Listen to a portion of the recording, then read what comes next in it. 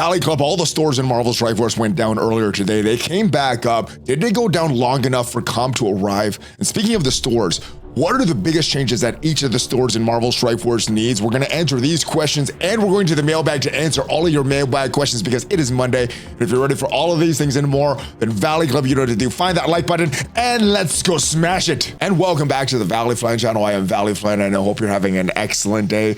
We're going to answer the question, is more comp arriving? Also, what are the biggest changes that each of the stores needs? And it is Monday, so we're going to answer your mailbag questions. And if you get some value from this video, hit that like button, hit that subscribe button, and ring that notification bell for even more Marvel Strike Force content. At least 5 Marvel Strike Force videos every single week on this channel. Let's go to the game news channel to discuss the latest that is going on in the game. This is from Brother Pathfinder from 3:21 p.m., so about 20 minutes after server reset today.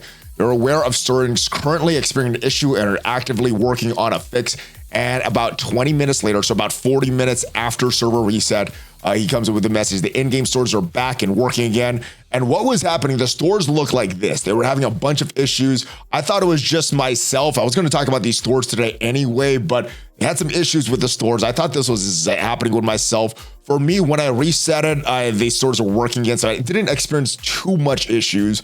So I'm not sure if I needed any compensation with this. I'm not sure if it disrupted anybody's normal gameplay. If it did disrupt yours and there is a justification for some compensation, let me know in the comments, because I do want to forward that to devs, because if anybody is missing something from this, I do want to make sure that they are made whole. Let's go over to Reddit and talk about the most upvoted topic on Reddit today, and that is, can we get another row in the war store so Oath actually shows up? I mean, Absorbing Man is still in the top row. Character from February of 2023. This was prompted because of the recent farmability of the Night Stalkers from October 29th.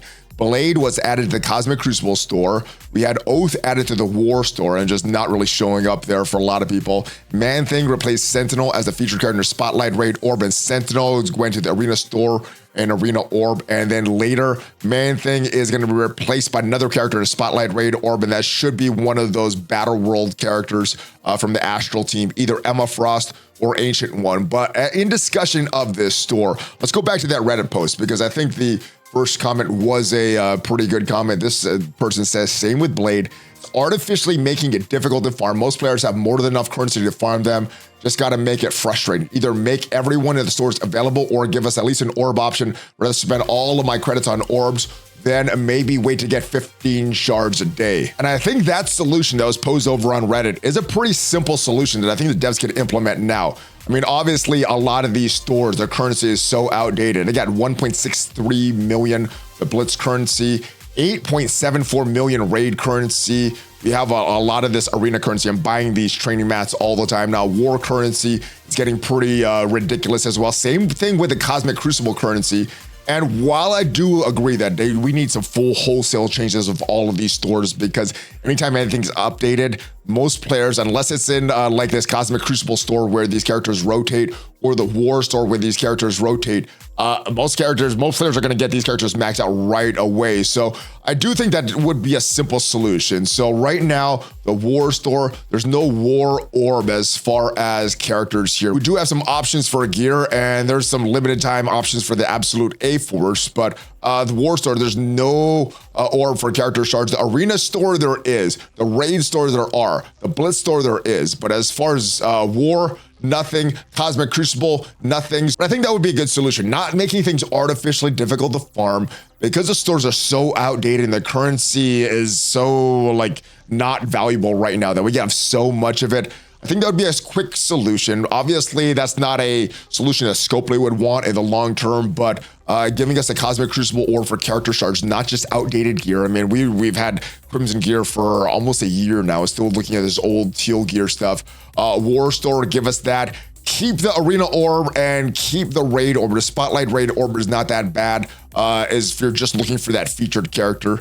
The thing is, we have a lot of currency though, so as soon as a new character goes in here, the surplus starts to begin again. We do have that Blitz orb as well, so this is a good thing. But I think making those shifts to those stores will help, at least in the short term, making these characters accessible to everybody right away, not having to wait for these. And then they could find out some other solution for all the extra currency that we have in the stores right now. Let's move forward to the mailbag questions of the week. And big shout out to each and every one of you that left a question for this week's mailbag video.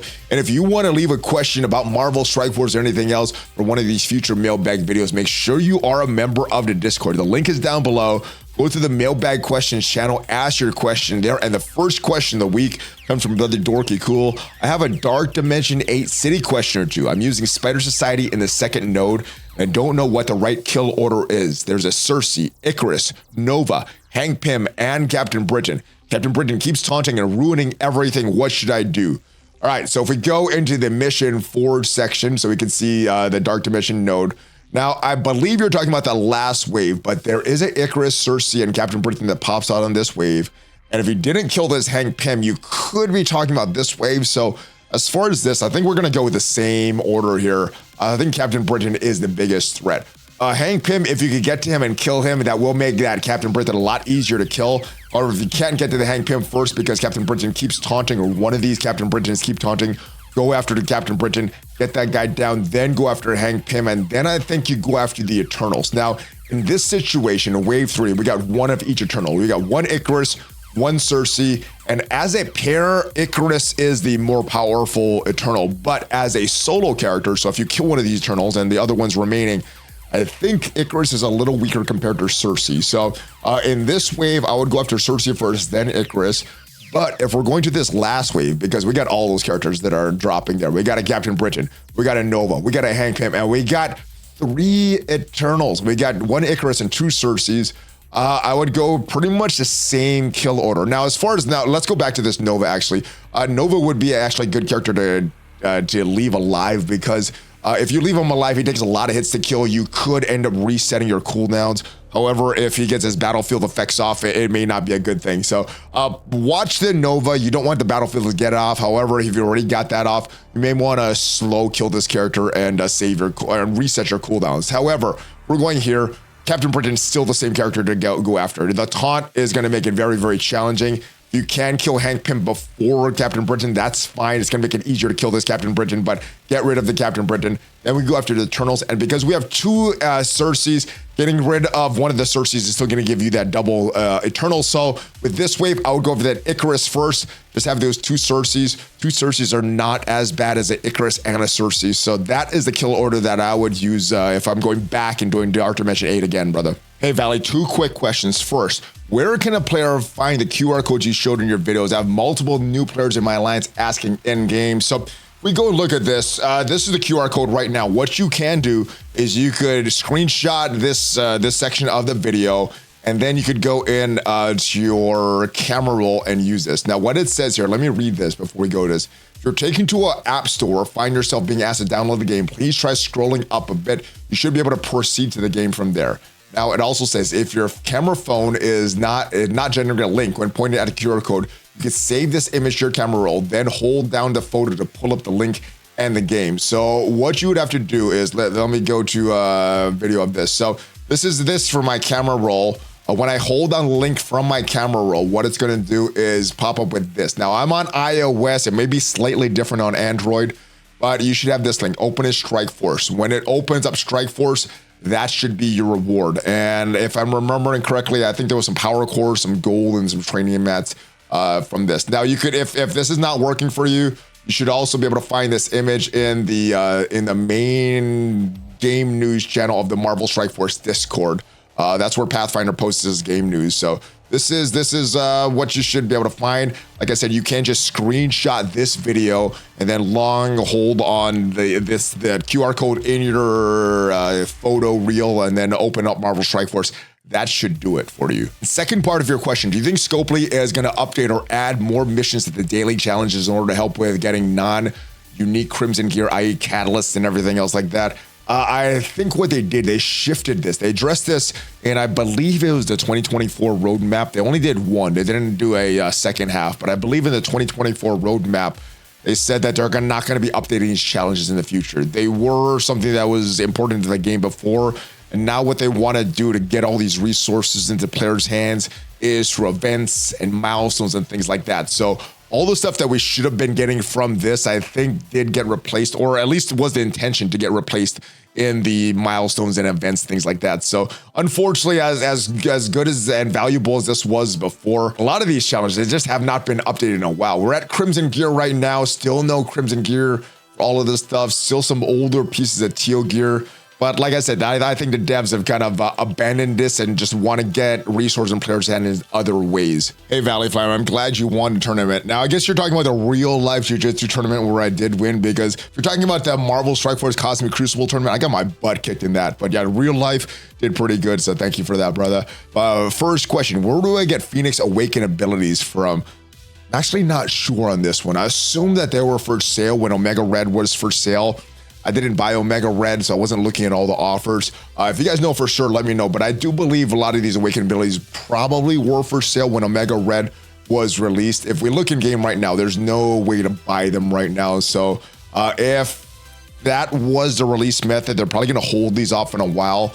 And hopefully they do have a fun release method for these down the road very soon. Maybe just something simple like Elite Raid credits or something like that. But I think those are important abilities. And let me know if you guys saw them, if you guys were buying Omega Red. I kind of avoided buying Omega Red. But as far as your next question, what has you most excited this year from the 2025 preview blog? Well, if you go to the 2025 preview blog, they have a few different main topics here. The first one is Battle World. I'm very excited for this to return, but this is not what has me the most excited. I think a lot of what the devs wanted to do with Marvel Strike Force was based around Battle World being here. Even last year, towards the middle of the year, it seemed like they kind of ran out of things because Battle World was gone. So I think with Battle World coming back, if it's in a place that a lot of community likes it, they could keep moving forward with the original plans they had for the game. And I think that would be good, but not the most thing that I'm looking forward to. I'm assuming it'll be very similar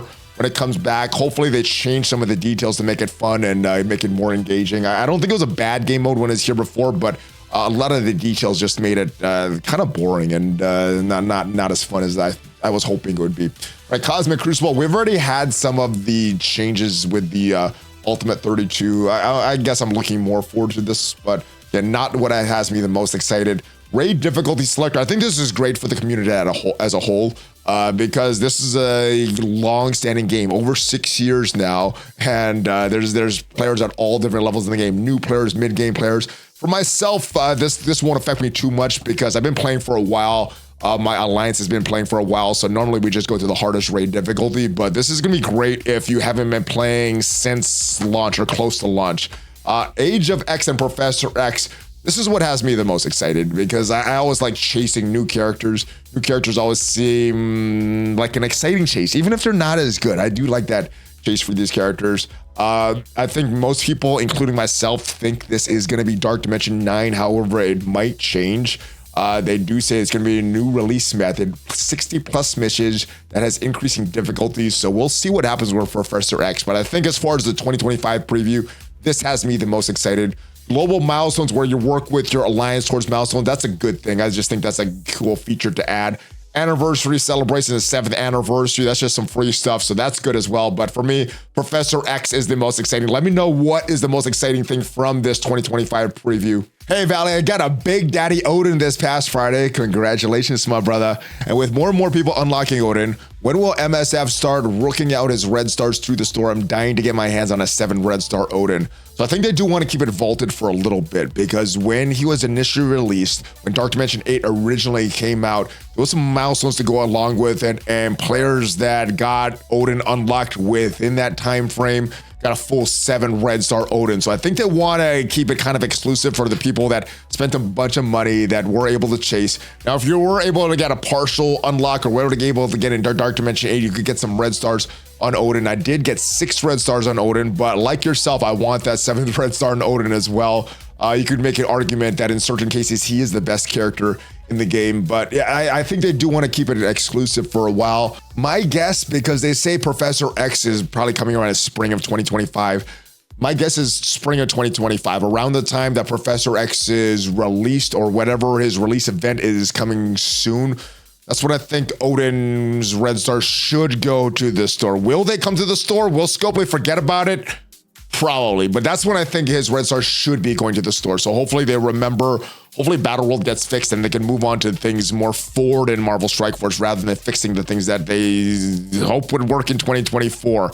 That's it for the questions, but let me know down in the comments, do you think we will get compensation for the stores being broken for about 40 minutes or so? And what is the biggest change that you want to see in all the stores in Marvel Strike Force?